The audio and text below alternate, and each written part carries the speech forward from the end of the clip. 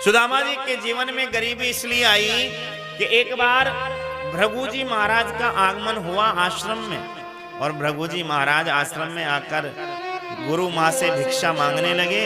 भिक्षाम देहि भिक्षाम देहि। गुरु माँ ने आज महाराज देखा तो भंडार गृह में भोजन पूरा समाप्त हो चुका था, भोजन शेष बचा नहीं था। सारे विद्यार्थियों ने, सारे बालकों ने भोजन कर लिया था, कुछ रसोई में था नहीं। 2 चने की पोटलियां थी जो गुरु माँ ने कृष्ण और बलराम, कृष्ण और सुदामा के लिए, जब कृष्ण सुदामा लकड़ी काटने जंगल जाएंगे, बालकों को भूख लगेगी तो खा लेंगे, ऐसा मन बना करके 2 पोटलियों में चने रखे थे। लेकिन गुरु माँ ने भृगु जी से मना कर दिया कि आज मैं आपको कुछ दे नहीं पाऊंगी, आप कल आना, कल मैं आपको भोजन दूंगी। तो भृगु जी महाराज वहां से जब जाने लगे, आश्रम के द्वार पर खड़े होकर सोचने लगे कि इतने बड़े आश्रम में खाने को कोई पदार्थ नहीं। ध्यान लगा करके देखा तो ध्यान में वो दोनों चने की पोटलियां आ गई।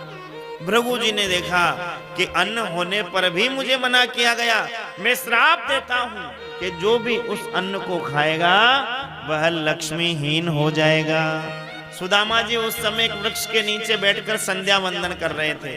सुदामा जी समझ गए कि वो दोनों चने की पोटली तो मेरे लिए और कन्हैया के लिए है और हमें ही वो खानी है। यदि कन्हैया वह अन्न खाएगा तो लक्ष्मीहीन ना हो जाए, इसलिए मेरे मित्र के जीवन में गरीबी नहीं आए, उसके हिस्से की गरीबी भी मेरे ही जीवन में आ जाए। उसी समय सुदामा जी ने मन बना लिया और चने की पोटलियां लेकर के जब जंगल गए तो वृक्ष के ऊपर बारिश आने लगी तो छुप गए। सुदामा जी ने अपने हिस्से के भी चने खाए और भगवान के हिस्से के भी सुदामा जी ने ही ग्रहण कर लिए। परिणाम स्वरूप श्राप का फल मिला।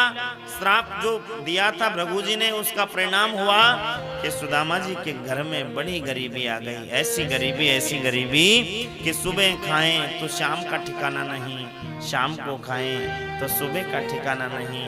और महाराज कई दिन तक सुदामा जी भूखे रहते, सुदामा जी के बालक भूखे रहते।